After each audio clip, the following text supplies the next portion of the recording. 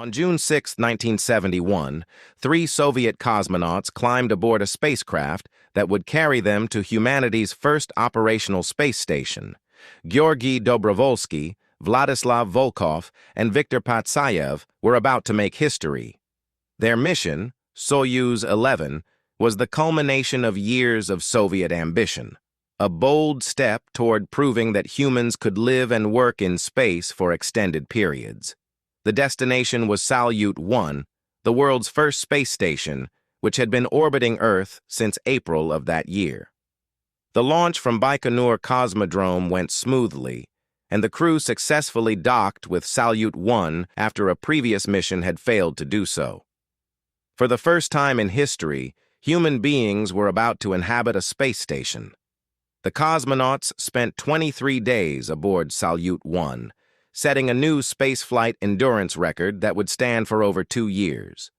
Life aboard the station was a mixture of scientific work, physical exercise, and the constant challenge of adapting to microgravity. The crew conducted experiments in astronomy, biology, and Earth observation, gathering data that scientists on the ground had been eagerly waiting for. They photographed the Soviet Union from orbit, studied stellar radiation, and monitored their own physical responses to prolonged weightlessness. Despite some early tensions reported between crew members and mission controllers, the cosmonauts performed their duties with remarkable dedication. Soviet state television broadcast footage of the crew inside the station, and the men became national heroes overnight. Citizens across the Soviet Union watched in awe as their countrymen floated through the cramped but functional corridors of humanity's first home in space.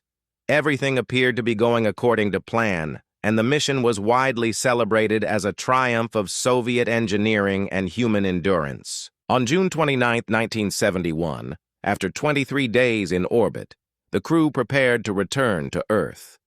They said their farewells to Salyut 1, sealed the hatch between the station and the Soyuz spacecraft, and began the undocking procedure. Ground controllers monitored the separation, and everything appeared normal.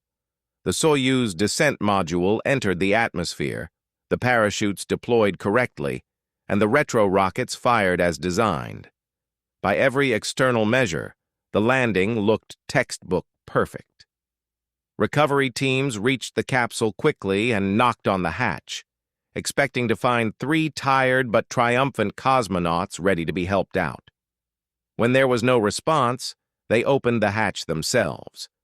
What they found inside was devastating. All 3 cosmonauts were dead, still strapped into their seats, showing no signs of a struggle or panic.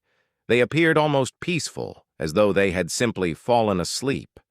The investigation that followed revealed a chilling and entirely preventable cause of death.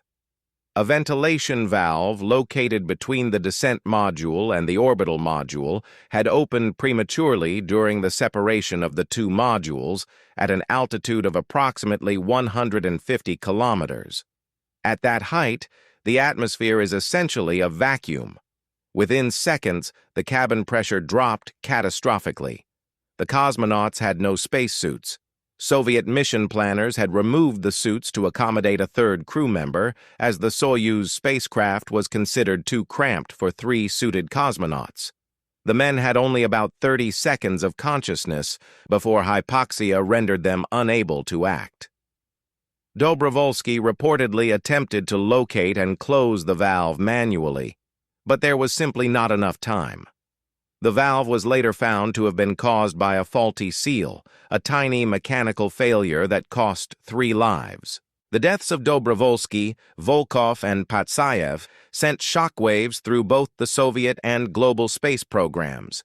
They remain to this day the only humans to have died in space, beyond the boundary known as the Kármán line.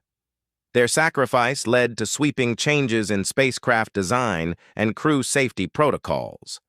The Soyuz spacecraft was redesigned to carry only 2 cosmonauts, allowing both to wear full pressure suits during launch, docking, and re-entry.